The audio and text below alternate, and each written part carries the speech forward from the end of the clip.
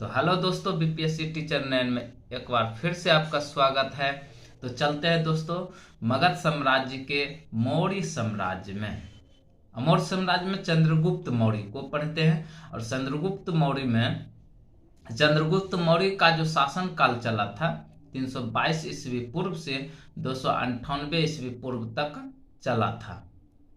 चंद्रगुप्त मौर्य की उत्पत्ति कैसे होती है तो उसके बारे में जानते हैं। चंद्रगुप्त मौर्य की उत्पत्ति चंद्रगुप्त मौर्य की जाति एवं उसका वंश विवादास्पद का विषय है। ब्राह्मण परंपरा के अनुसार चंद्रगुप्त मौर्य शूद्र यानी मूरा नामक स्त्री से उत्पन्न हुआ था। महावंश बौद्ध साहित्य के अनुसार चंद्रगुप्त मौर्य क्षत्रिय यानी गोरखपुर में मौर्य नामक क्षत्रिय कुल का था। परिशिष्ट पर्वन के अनुसार चंद्रगुप्त मौर्य मोर पालक का पुत्र था। किसका पुत्र था दोस्तों? मोर पालक का पुत्र था। चंद्रगुप्त मौर्य मुद्रा राक्षस के अनुसार विरिशल यानी शूद्र वंश से उत्पन्न हुआ था। चंद्रगुप्त मौर्य राजपूताना गजेटियर के अनुसार राजपूत था। अब चंद्रगुप्त मौर्य का राजनीतिक इतिहास क्या था उसके बारे में चलते हैं पढ़ने के लिए। चंद्रगुप्त मौर्य का कार्यकाल जो रहा 322 ईस्वी से 298 ईस्वी पूर्व तक रहा।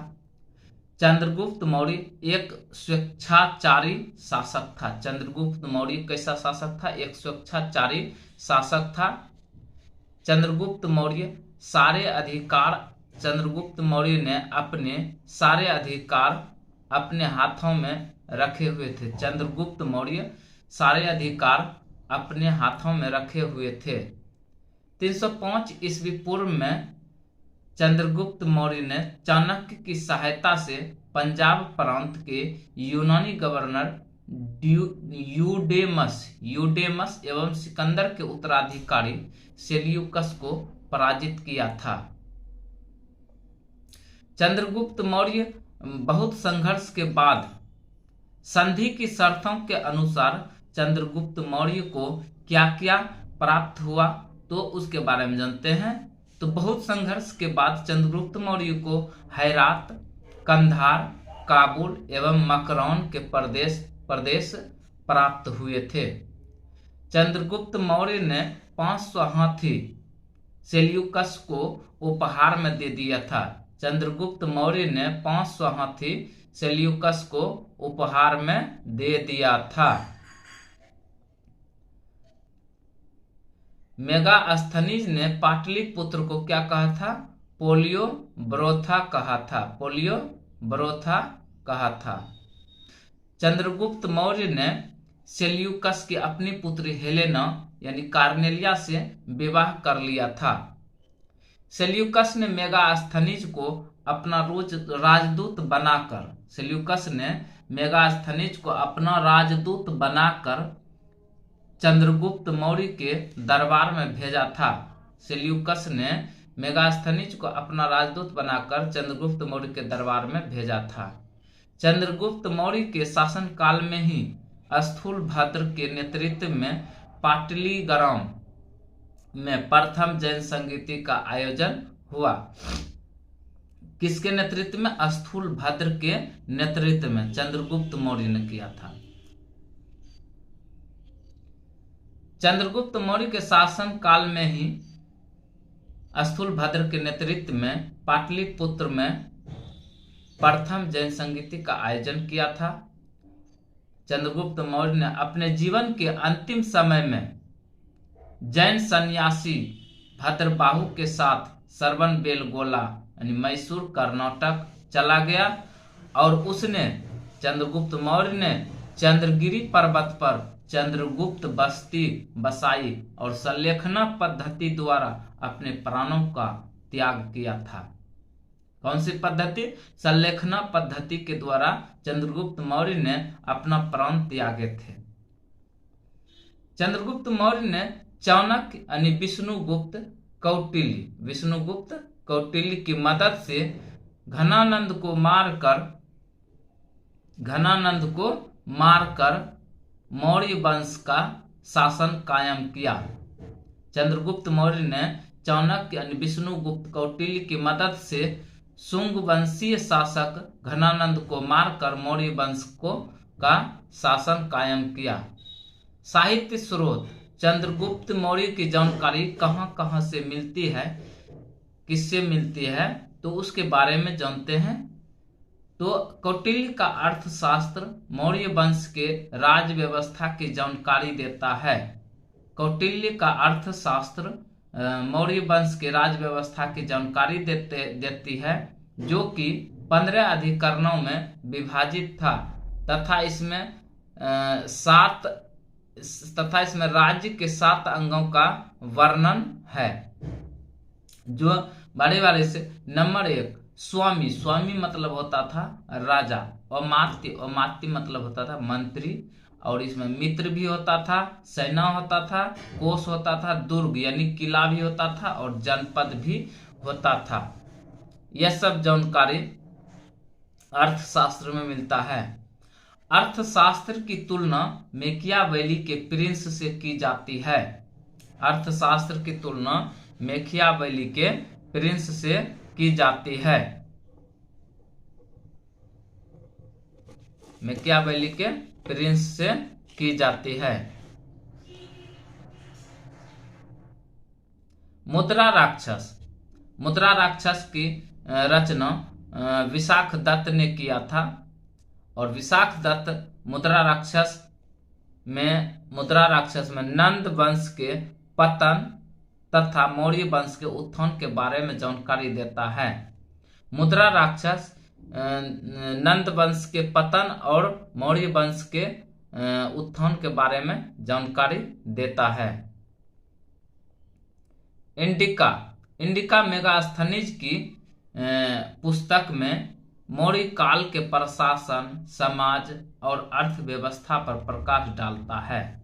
मेगास्थनीज की किस पुस्तक में मौर्य काल के प्रशासन, समाज और अर्थव्यवस्था पर प्रकाश डालता है, तो इंडिका। अगला टॉपिक है जूनागढ़ अभिलेख। रुद्रदामन के जूनागढ़ अभिलेख संस्कृत में चंद्रगुप्त का नाम का उल्लेख है, चंद्रगुप्त के नाम का उल्लेख है, और सुदर्शन झील का निर्माण चंद्रगुप्त मौर्य ने ही करवाया था, तथा पुष्यगुप्त वैश्य ने गुजरात के सौराष्ट्र प्रांत में सिंचाई व्यवस्था के लिए करवाया था। चंद्रगुप्त मौर्य के शासन काल में ही स्थूलभद्र के नेतृत्व में पाटलिग्राम में प्रथम जैन संगीति का आयोजन किया गया। अपने जीवन के अंतिम समय में चंद्रगुप्त मौर्य ने जैन सन्यासी भद्रबाहु के साथ सरवनबेलगोला, मैसूर, कर्नाटक चला गया, जहां उसने चंद्रगिरी पर्वत पर चंद्रगुप्त बस्ती बसाई और संलेखना पद्धति द्वारा अपने प्राणों का त्याग किया।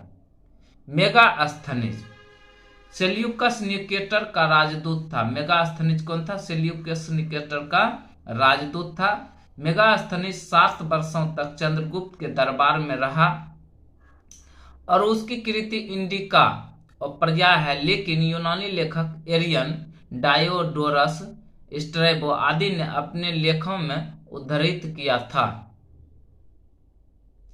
मेगास्थनीज पाटलिपुत्र को पोलिब्रोथा कहा था। मेगास्थनीज के अनुसार भारतीय समाज 7 वर्गों में विभाजित था। वह कौन कौन सा था? तो कृषक, शिकारी, मंत्री, दार्शनिक, निरीक्षक, व्यापारी, योद्धा। मेगास्थनीज के अनुसार भारतीय शिव डायोनिसियस एवं कृष्ण हेराक्लीज की पूजा करते थे। मेगास्थनीज के अनुसार शिव एवं कृष्ण की पूजा करते थे चंद्रगुप्त मौर्य। मेगास्थनीज के अनुसार चंद्रगुप्त मौर्य किसकी पूजा करते थे? शिव एवं कृष्ण की पूजा करते थे। मेगास्थनीज ने कौटिल्य का वर्णन नहीं किया था। मेगास्थनीज ने कौटिल्य का वर्णन नहीं किया था। अब चलते हैं चाणक्य यानी कौटिल्य, जिसको विष्णुगुप्त भी कहते हैं, तो उसके बारे में कुछ जानकारी ले लेते हैं। चाणक्य का बचपन का नाम विष्णुगुप्त था। चाणक्य के बचपन का नाम क्या था? विष्णुगुप्त था। चाणक्य के पिता कौन था? जनक। चाणक्य के पिता कौन था? जनक। भारत का मैकियावेली, चाणक्य को भारत का मैकियावेली कहा जाता है। चाणक्य को भारत का मैकियावेली कहा जाता है। चाणक्य को अर्थशास्त्र की रचना किया था। चाणक्य ने अर्थशास्त्र की रचना किया था। चाणक्य के अनुसार राजा धर्म प्रवर्तक अर्थात सामाजिक व्यवस्था का संचालक होता था। चाणक्य के अनुसार राजा धर्म प्रवर्तक अर्थात सामाजिक व्यवस्था का संचालक होता था। कौटिल्य ने युद्ध के मामले में नैतिकता को गौण माना है। कौटिल्य ने युद्ध के मामले में नैतिकता को गौण माना है। एक बार फिर से दोस्तों दोहरा लेते हैं और आप लोग ध्यान से सुनते रहिए। मौर्य साम्राज्य की उत्पत्ति, पहले मौर्य साम्राज्य कब से कब तक चला? 322 ईस्वी से 298 ईस्वी पूर्व तक चला। मौर्य साम्राज्य की उत्पत्ति चंद्रगुप्त मौर्य की जाति एवं उसका वंश विवादास्पद विषय बनकर रह गया और मौर्य साम्राज्य के बारे में अलग अलग जान रहे हैं। तो मौर्य साम्राज्य की क्या था नहीं था उसके बारे में।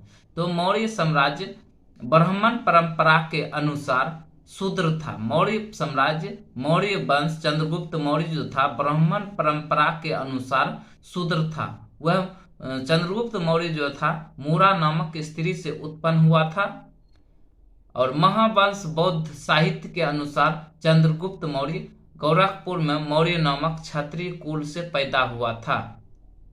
परिशिष्ट पर्वन के अनुसार चंद्रगुप्त मौर्य मोरपालक का पुत्र था। मुद्रा राक्षस के अनुसार विरिशल यानी शूद्र वंश से उत्पन्न हुआ था और राजपूताना गजेटियर के अनुसार चंद्रगुप्त मौर्य राजपूत था। राजपूताना गजेटियर के अनुसार चंद्रगुप्त क्या था? राजपूत था। चंद्रगुप्त मौर्य का राजनैतिक इतिहास क्या था? तो उसके बारे में, चंद्रगुप्त मौर्य एक स्वेच्छाचारी शासक था जो सारे अधिकार अपने हाथों में रखे हुए थे और 305 ईस्वी पूर्व में चाणक्य की सहायता से पंजाब प्रांत के यूनानी गवर्नर यूडेमस एवं सिकंदर के उत्तराधिकारी सेल्यूकस को पराजित कर दिया और बहुत संघर्ष के बाद चंद्रगुप्त मौर्य संधि शर्तों के अनुसार चंद्रगुप्त मौर्य हैरत, कंधार, काबुल एवं मकरान के प्रदेश को प्राप्त किया।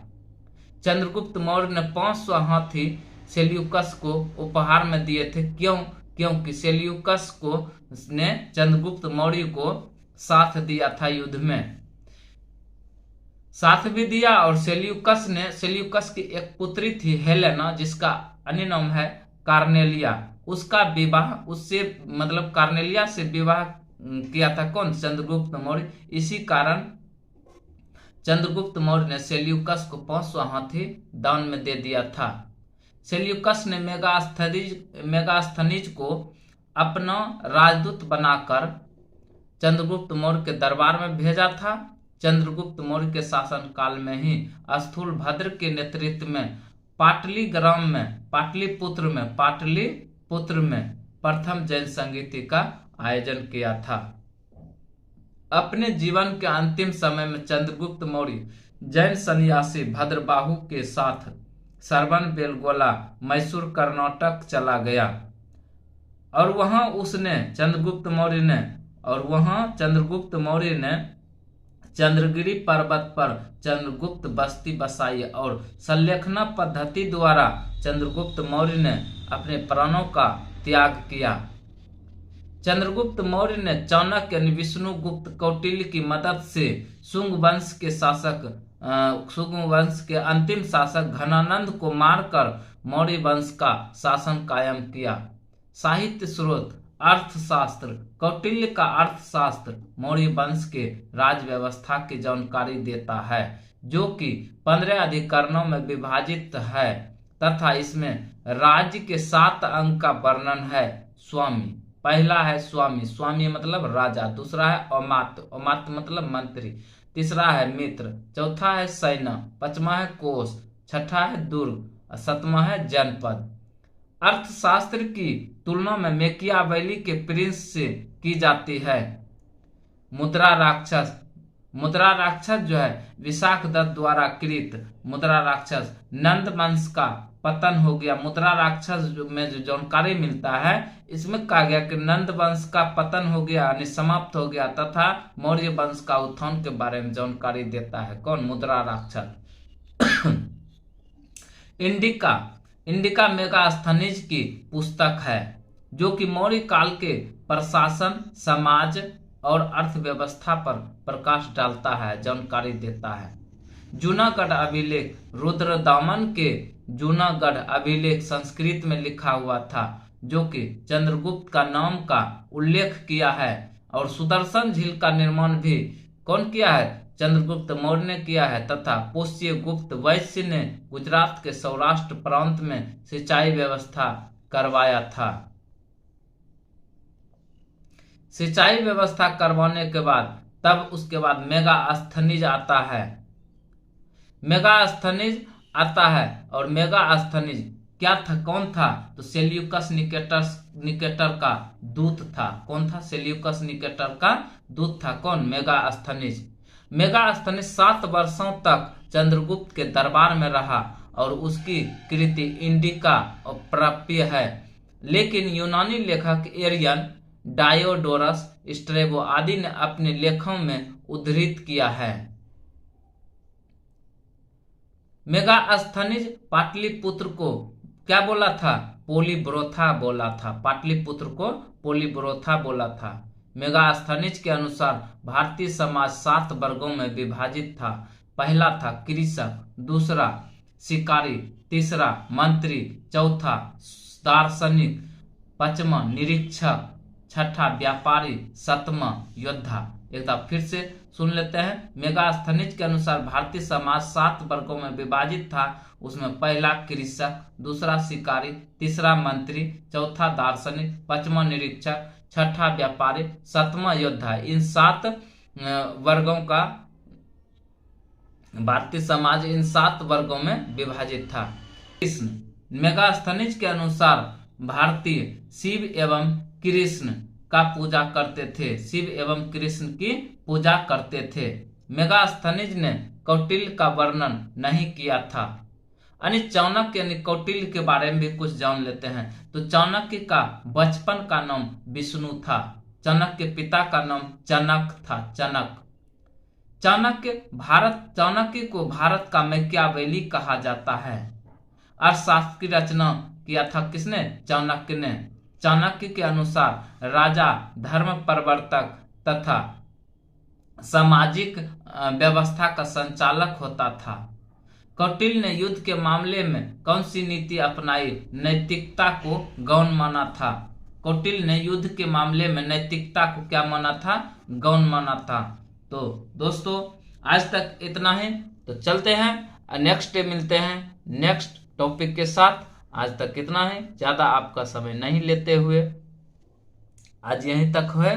प्रॉब्लम खत्म।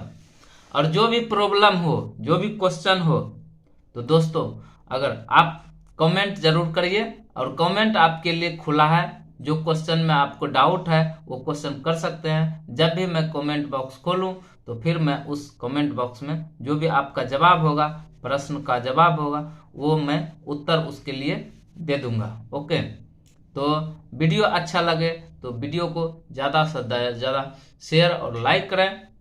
चलते हैं। जय हिंद, जय भारत। Thank you. जय हिंद, जय भारत।